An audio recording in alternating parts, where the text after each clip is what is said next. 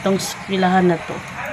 Kaya pala pamilyar sa akin kasi 2023 let exam or licensure examination for teachers. Dito ako nag-take ng exam na hindi ako pumasa. Grabe. Mapala ka na, dakpa na nagpusil. Ang sayo na suspect. Nakaputi.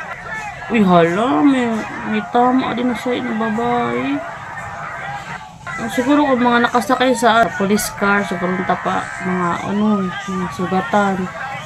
Adiman, ini na video, bago sa tagyaon sa balay, doon ko na sa ira pananaga, doon ko na nagtago. Tapos doon yung itsa sa iraan. Diyan hinagis yung baril.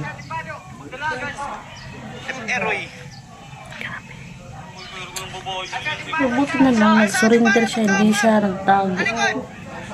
Siguro ko na konsensya. Sabi daw, amang anak daw to ng sundalo at pulis. Aray ko naman. Bakit nakatiwang-wang yung mga baril yung mga sir? Mga minor pa naman mga bata, minor de edad. Sabi na niya. Nagkuhan talaga siya, mag-surrender na siya. Bata ka pa dudoy, din kang makadto.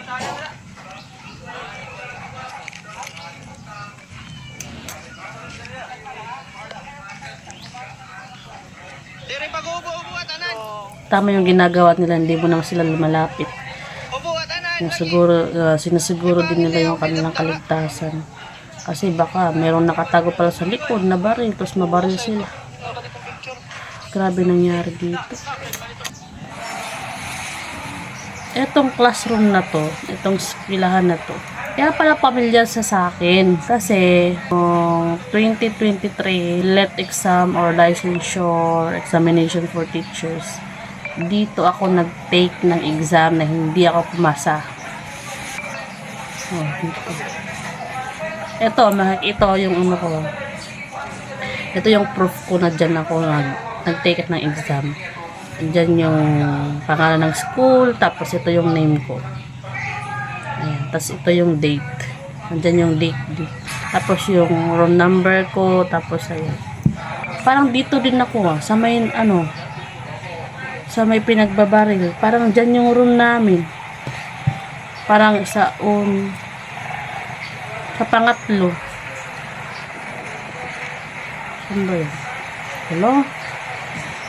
Dugo. Ano bang naisipan ng dalawang bata? Bakit namari? Kaya pala pamilyar sa akin. Nako. Dito pala sa likod nito, meron palang maradaanan yung mga suspect. Ayan, no? So, may mga damuhan. Ayan, ang tataas po ng mga may mga badyang. Oh? Kaya pala nagpakapasok yung mga nakaarmadong mga suspect.